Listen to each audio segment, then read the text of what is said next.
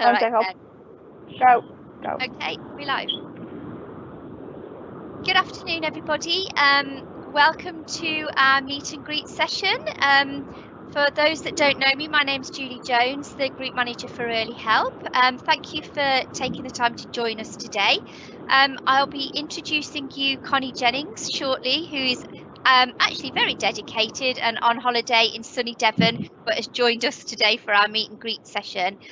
Connie's going to give you a little bit of a background around Walsall Housing Group, talk about some of the added value services that Walsall Housing Group have, and also talk about the social prescribing service that is quite new to them, and perhaps give us a few examples of them. Just to let you know, the sessions are being recorded for any of your colleagues that aren't able to make today's session, or if you want to use them in future in your team meetings with other colleagues to share some information. They will be available on our Safeguarding Partnerships website in the next few days. Everybody that's joined us today will get a copy of the presentation that Connie will deliver shortly. And really, it's an opportunity to get to understand and meet colleagues, understand the connections that we can make, what the offer are from our colleagues, and how we can link up to have a really good, seamless service for our children and young people. There is a little bit of an evaluation at the end of this for those that that this isn't the first meet and greet session that you've joined. As you know, they're quite new, that we're really keen to get these off the ground, and the feedback that we've been receiving so far is really positive, but we do ask you to just take a couple of minutes at the end of it to give us some feedback to see what other sessions you would like or how we could perhaps improve it moving forward. But I'm now going to hand you over to Connie, who is on the phone. So as I say, she's joined us on her leave. So thank you very much, Connie, and over to you. Thank you, Julie. Good afternoon, everybody. As Julie said, I am in Devon, but I've committed to the session, and in the same way that I'm sure you all commit to your families and clients, once I've committed, I'm going to actually go forward and deliver on something. So I'm known in WHG as the girl with the best job in the world, because I feel really privileged to do the job that I do. So I'll tell you a few things about myself. So I've worked in communities for around 30 years, mostly through social housing providers, although I do absolutely nothing to do with housing. So my background is in community development, and for me, I'm so pleased to see that community development as a technique has really started to come forward as a solution when working with particularly complex families. So you may have heard about the ABC of community development, and that is about an asset-based approach to working with communities. I've also been a youth development worker for Birmingham City Council, and I've also worked in youth probation, working with young people at risk of offending. And I've worked on various health and wellbeing programmes. And at the moment, my job title is Head of Health and Wellbeing, but I just prefer that you call me Connie. So we're on to the first slide then, a little bit of background onto WHG. WHG is what's known as a stock transfer organisation. So around 16 years ago, the homes that were originally in the ownership of Walsall Council were transferred to Walsall Housing Group. It was around 21,000 homes. And the issue for the council is that a lot of the properties were in disrepair and they couldn't afford to repair or maintain them homes to a decent home standard. So the council transferred the homes to Walsall Housing Group. And for those of you that are around at the time, we originally had 5 small trusts, not one large organisation. That was quite a costly model because you had 5 chief execs, 5 sets of directors and so on and so forth. And so a decision about 12 years ago was to merge us into one group, which we would call Walsall Housing Group. We do have homes in around 17 other local authority areas, which a lot of people don't know, but our heart is definitely in Walsall. We describe ourselves as much more than a landlord. And for those of you that know a little bit about social housing, if you looked at the Octavia Hill model or the Bourneville family model, that's where philanthropists gave housing associated with a job and health and wellbeing care, recognising that people needed all of those things in order to live a healthy, prosperous, successful life. So we have lots of added value services. We have the holistic wraparound service, and it always begins for every service by asking our customer what matters to them rather than what's the matter with them. We are located in lots of local communities and see ourselves as a community development service, and our focus is around helping our customers to live healthy, prosperous lives. We want them to thrive and to flourish, and we want them to have all the things that the rest of us take for granted. In terms of our corporate aims and objectives, by 2024, we hope that 1,000 people will have benefited from our health and wellbeing services. And we pride ourselves on the one-to-one relationship that we have with customers, whereby we constantly seek out the best for them with the focus on, as I said, what matters to them. Can I have slide 2, please? So why are we much more than a landlord? Well, within WHG, if you don't know, we've got around 700 colleagues, and only around 200 of them are dedicated to delivering services around housing management. The rest of us are either involved in working with the customers that live in the homes or building the homes that customers will eventually live in. So I'm just going to go down a few of the services that we have on offer and just give you a bit of a flavour to the sort of things that they can do. And at the end of the presentation, I have provided some names and numbers where colleagues can refer and contact those people for engagement and help from those particular services. So we've got our own in-house money advice service. We've got a team of around 15 colleagues, and they will work with customers who are in financial difficulty. So that may be because they've lost a job, they've changed employment, they've moved from from full-time to part-time work, they may have arrears. What we often find is if somebody's in arrears, that's just one element of the money issues that they've got. So our team are qualified money advice workers, and they'll work with customers on a one-to-one basis. They may do some benefit work with them, so it may be that people are not on the right benefits and are not getting the entitlement that they should, or it may be that they need to have some help in around developing their budgeting and financial management skills, or it may be that they've got themselves to such a point of debt that they need to have those debts written off with money relief orders and that sort of thing. What a lot of people don't know is that WHG also give a grant to Walsall Citizens Advice Bureau. So every year, on average, we invest around £50,000 into the CAB, and that is to encourage customers that perhaps aren't comfortable talking to their landlord to have a different pathway to go and get financial inclusion support. We also have a tenancy sustainment team. They're called the Independent Living Team. They're part of my service area. And independent living team officers work with customers to try and support them so they sustain their tenancy. If a customer loses their property through rent arrears and social behaviour, or sometimes abandoning the property because they just can't cope, WHG see that as a real failure. And we've committed in our new corporate plan to have a zero approach to evictions. So wherever possible, we will not evict somebody from their home, because we particularly see that that won't necessarily deal with the problem. They'll end up coming into homeless services via the council and end up coming back to us. So what we try and do is work with that family or that individual to try and help them develop the capacity and skills so they successfully sustain their tenancy. Those officers work with our very complex, high-risk customers, and typically those people will be clients of adult social care and children's services. So they will tend to be families with very low capacity, low-level skills, perhaps have been affected by adverse childhood experiences, perhaps are medicating their stress using drugs and alcohol, and are potentially struggling to deal with the parenting challenges that they're facing with their children. So that group of colleagues, their job is to put all of the support in place in order that that family or that individual retains a roof over their head.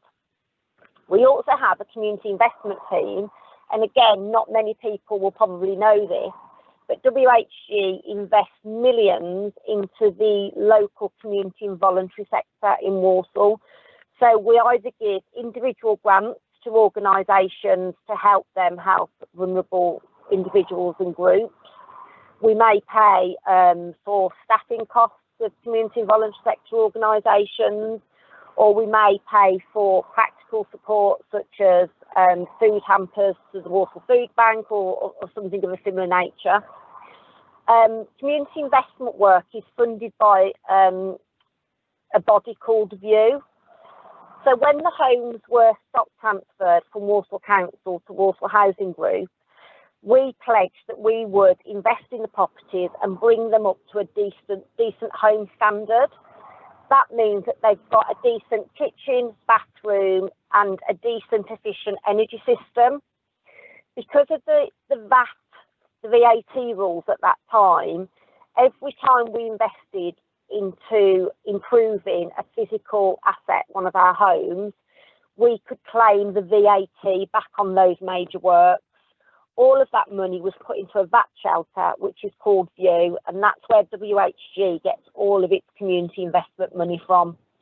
The way that we get that money now is that we work, as a business, we commission millions and millions of pounds worth of work to do with our homes and properties. Those contracts, we call it sweating the supply chain. So we'll say to a contractor, if we're giving you a contract worth £3 million, what are you going to do for our local communities in Walsall? And that might be that they give local people a job, that they invest in a service. So, for example, we've got a customer at the moment who's terminally ill. One of our contractors has just revamped their garden so she can spend her last few months sitting in the garden during the summer period. So it can be something small like that that makes a big difference to them investing in. I think we've just put together, helped the NHS by transforming an empty community facility, turning it into a hospital from home so that we can help with early discharge from hospital. So the community investment at WHG is nothing generally to do with the homes or the properties that we own. It's more about investing in the local communities and the infrastructure that we operate within. We also have a financial inclusion team. Financial inclusion is linked to money advice, but also have specific areas of work. So for those of you that don't know, we have a partnership with Co-op Energy. So we've entered into a partnership with them so that they will give the social tariff to our customers. So as a housing organisation, under financial regulations, we can't sell energy. That would be ethically wrong. So we partner with the Co-op, and they will help customers switch to the most cost-effective tariff for them. They'll also work with customers that are in fuel poverty to either reduce debts on utility meters, help them understand how to maintain energy and reduce the cost of heating homes. Because quite often what happens, somebody moves into a brand new house, and I don't know about you, but sometimes the heating equipment is like a NASA spaceship, and I don't understand it sometimes. So if you're particularly an older person, you may not understand it. So the Co-op do some education and training around using your fuel and your energy more efficiently. We also have a hardship fund. So if you're working with an individual or family who have got a crisis or a particular hardship, you can apply to WHG through the money advice and the financial inclusion team to get a hardship fund to help that particular individual. So it may be that they don't have any carpets, or they don't have a washing machine, or they don't have any beds, something that's a basic item that you and I would expect most people to have. you can apply to have some support from our hardship fund. It's quite a quick turnaround, and it's WHG's money, so it doesn't have to go through lots of different hoops. The person that looks after that particular fund is somebody called Ravi Chong, and I have put his details at the end of my slides. We also have an in-house employment and training team. That team, although a small team, has some excellent links to local employers. So if, for example, there's a new hotel opening in Warsaw, the employment and training team will work with that employer to provide training and support to our customers to guarantee them an interview to ensure that the barriers to employment are removed for our customers. Because within Warsaw, there's something called the skills gap. So there are lots of vacancies, there are lots of jobs on offer, but generally they require you to have a level 2 skill or qualification. We know around a third of our customers do not have English and maths up to level 1, which is the level equivalent to a 7-year-old in primary school. Therefore, it's not surprising that people that live in social housing are much more likely to be unemployed or out of work on ill health benefits.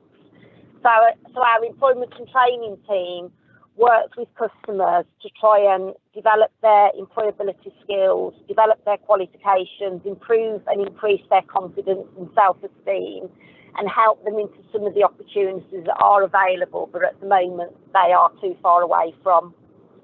We then move on to the health and wellbeing team, which is my service area. My team works on the social determinants of health. So we recognise that ill health isn't necessarily just linked to the absence of illness or disease, but it's determined by a whole range of social economic issues, such as poor housing, a lack of money, loneliness and isolation, fear of crime or being affected by crime, so living in a high crime area, not having a job, or having adverse health behaviours such as links to drug and alcohol misuse. So that's my particular service area. So we could go on to slide 3. So I've been in post as a head of health and wellbeing for about 5 months, and I've developed a new social prescribing programme. So social prescribing has come about because there's a recognition, as I've recognised in my service, that actually being well isn't just about being absent from disease or illness. What we're finding is that people are living longer, but they're living with comorbidity, so they're living in pain or affected by ill health, which then impacts on the quality of their life. So we've developed a social prescribing programme in recognition from GPs saying if 10 people attend their surgery, possibly 8 of them have got an issue that's a social issue and not a medical issue. So they're turning up at the GP surgery because they've had a relationship breakdown, they're in debt, so they're worried about money, they can't manage the challenges of parenting their children, they're not living in the right home, or they're living in a home that's making their health worse because of damp or condensation. And the GPs recognise that they can't fix those social problems using the skills and knowledge that they have, and that we need to write a social prescription rather than a medical prescription. If any of you are interested, if you look at the NHS 10-year transformational plan, social prescribing is embedded and referred to throughout that document, and the reason being that the NHS recognise that they, working by themselves, cannot solve the health and wellbeing issues of people within this country.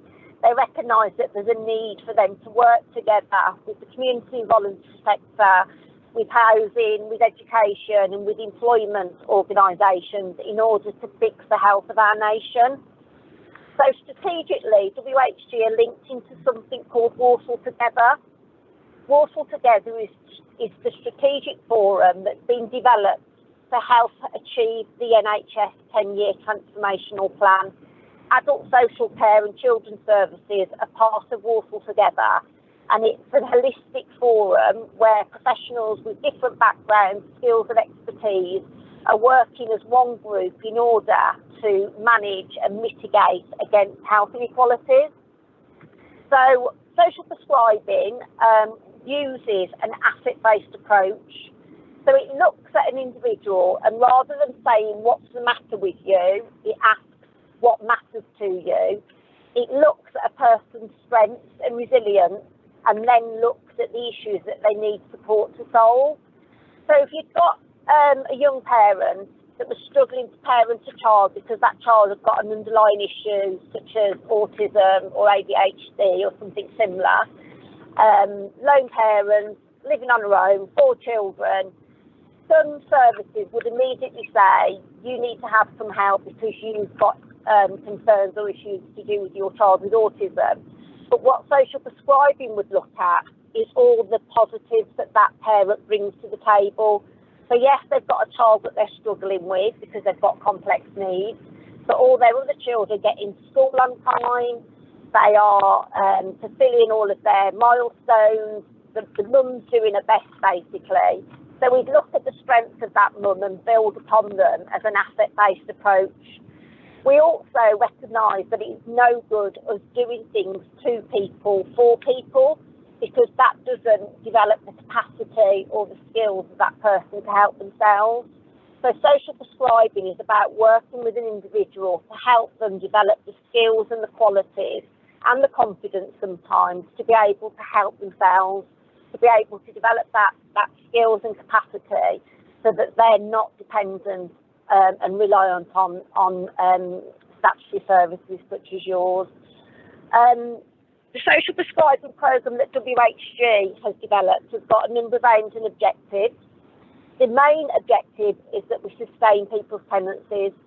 So any issue that is stopping that person keeping a roof over their head, the social prescribing team will work on and work with that customer in order to help them, to help themselves. We work with anyone and everyone, and although it is a WHG programme, we wouldn't turn a non-WHG customer away. We do work on a 90-10% split, so out of 10 people, 9 people must be a WHG customer. But in the 15 years I've worked with WHG, we've never turned anybody away because they're not a customer.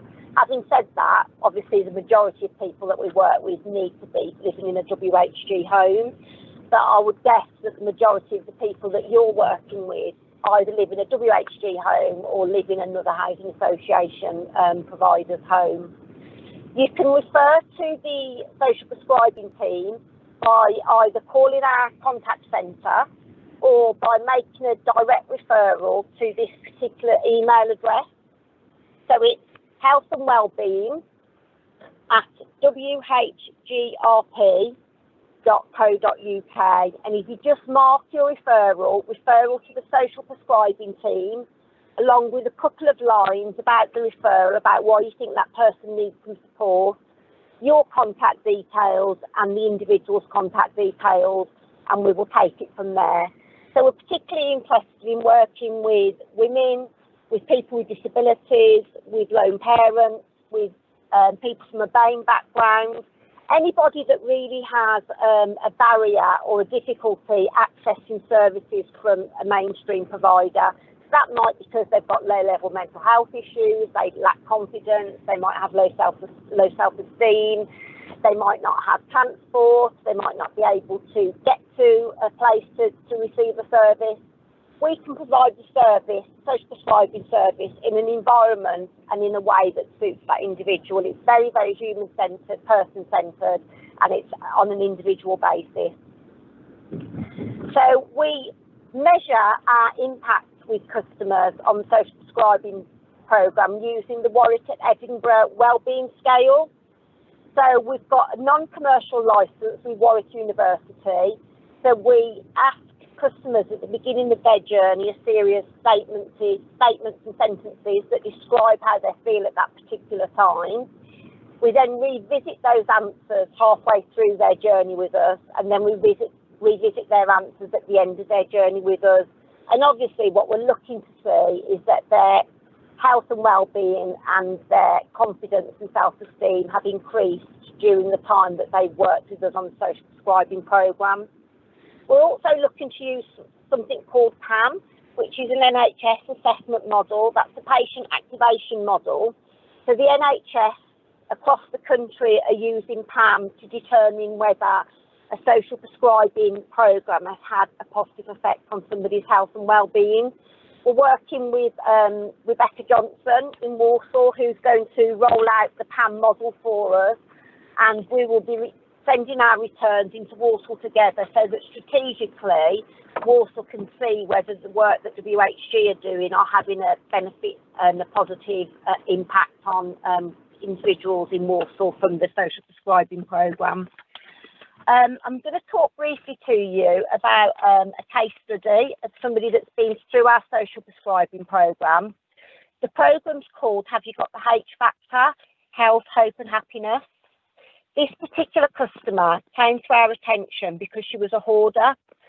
So in recognition that hoarding is a mental health condition, we would not look to remove a person from their home because they're hoarding, although as a housing organisation it obviously has a lot of impact in terms of cost and resources in us keeping that home safe from fire, as example, or ensuring that the customer's living safely and well in that particular home. So this customer came to our attention because she was hoarding. Her mom had been a hoarder, and so the customer that we're working with had grown up in that environment and didn't recognise that it was an issue to her. It was just her social norm. She didn't know any different. She had a young child who unfortunately was removed into care primarily because of the hoarding. The house was not environmentally safe. It had a lot of rubbish and debris. A lot of mice were infestation in the property. The environment was not conducive to look after a young child. And despite services trying to intervene and support this person to parent her child appropriately, her mental health condition of hoarding was so entrenched that she couldn't maintain that, and the child was taken into care. In addition to that, she's also morbidly obese. What has come to light is that she believes that her hoarding and her obesity is as the direct result of sexual abuse that she was affected by as a young child. So she'd never ever told anybody about that sexual abuse until she became an adult. And obviously what that had done was develop and determine a set of behaviours which have now become problematic to her as an adult. So we assigned this person a social prescriber link worker. We undertook a Warwick wellbeing assessment of this person's perception of their health and wellbeing situation at the time we started working with her. And we use a model called WHOOP, which is a coaching model.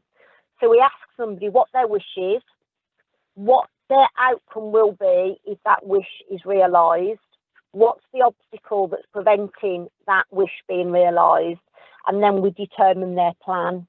Well, this particular customer, their wish is that their child will be returned to them and she can become a full-time parent again to her child. Obviously, that's her overriding wish, but we've had to break that down into smaller goals for her to achieve, because obviously having her child removed and then returned to her is a huge piece of work, and we recognise that social prescribing on its own is not going to be able to achieve that. So we started working with this customer about 4 months ago, and then obviously we had lockdown. So we started off using face-to-face engagement and coaching and motivational interviewing techniques, and then we had lockdown and we thought, what we're going to do now? So through Warsaw Housing Group's community investment team, they had some tablets that they were donating to individuals and families to encourage those people to connect with us and to keep engaged with us. So this particular customer was given a tablet and given some coaching around basic digital skills. This enabled this customer to then engage with us online, and we undertook the coaching and the motivational interviewing sessions with them over the internet. And I'm pleased to say that that has managed to keep this person on track and engaged with us. The tablet has also been used to manage her hoarding behaviours. So we moved her, and she wanted to move all of her hoarded items with her. But what we did, we photographed the items using the digital tablet and managed to get her to agree to pack the items up in a bag and put them into a storage unit. So she still has a relationship with those items, but they're not in her new property, and they're not therefore making her property inhabitable or the wrong environment for her to live in. At present, that's proved the way to manage her hoarding these particular items. I'm not suggesting by any means that her hoarding has stopped or that she won't hoard again in the future, because it's her go-to when she's feeling stressed or anxious. But at the moment, 10 weeks on, the hoarded items are still in the storage unit, and she just uses the photographs as a means to connecting with those particular items. She has joined a self-help group called Hoarders Anonymous, which she now does independently. Initially, we held a hand to help her to join that particular group. It's a West Midlands group, but she now attends sessions independently and feeds back to her link worker. She engages with her link worker twice a week, and they do various exercises and activities around confidence building and building of her self-esteem, and also activities which connect her to other people and reduce her loneliness and isolation. It's far too soon to say whether social prescribing or the digital inclusion techniques we've used with this person will lead to her long-term health and wellbeing outcomes being sustained. But early indicators do demonstrate that she's doing well. And obviously, if she continues working in this way, I'm sure that her child social worker will see the benefits and perhaps, you know, be more hopeful about reuniting her with her child. So that's her story, and it's just one story of a number of people that we work with, you know, during the year. So on my final slide, I've given you a list of colleagues and contact details that you can contact and call for individual services or issues. So I think I've included most people that your service might be interested in contacting. But what I always say to anybody that I'm talking to about WHG, if in doubt, please drop me a text. That's the best way to get hold of me, and I will endeavour to get hold of the person on your behalf and make those connections for you. And that's WHG. Connie, thank you very much for that very, very informative session. I think a whole wealth of information really that you've provided for us there. And I think a lot of colleagues would perhaps be surprised at the amount of help and support and activities that housing providers offer to not just to their tenants, but as you say, to some other people. Connie, we've got a couple of questions. If that's okay. So they've been coming as we go along. So somebody has said, and not to talk about specifics, but they're supporting somebody at the moment with a mild learning disability. Guessing that this person is a tenant of Walsall Housing Group. Got some neighbour problems and feel there's a bit of a tension because he feels like he's looked at differently to others. And they're asking, there's a bit of a breakdown in that relationship. Is there something that you could suggest, or is that something that either the health and wellbeing team could be involved with, or the social prescribing team? What? Definitely. So you could make a referral to the person with learning difficulties if they want to have some support from social prescribing. However, if the neighbour is behaving inappropriately, then our community safety team would deal with that. So I haven't given in this slideshow the Yeah. teams that work with housing management issues, but we have a team called Community Safety. Yeah. They deal with any issues to do with antisocial behaviour, any criminal behaviour, any conflict between neighbours, etc., etc. Because obviously this particular person, if they've got a learning difficulty, they've got protected characteristics, Of course, and we yeah. would particularly want to make sure that they're happy and healthy in their home.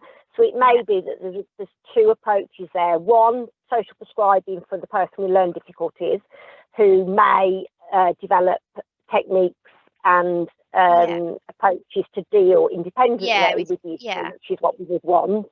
But if not, and the neighbours are behaving inappropriately, then we have a zero tolerance to antisocial behaviour, and we would definitely intervene. Thank you.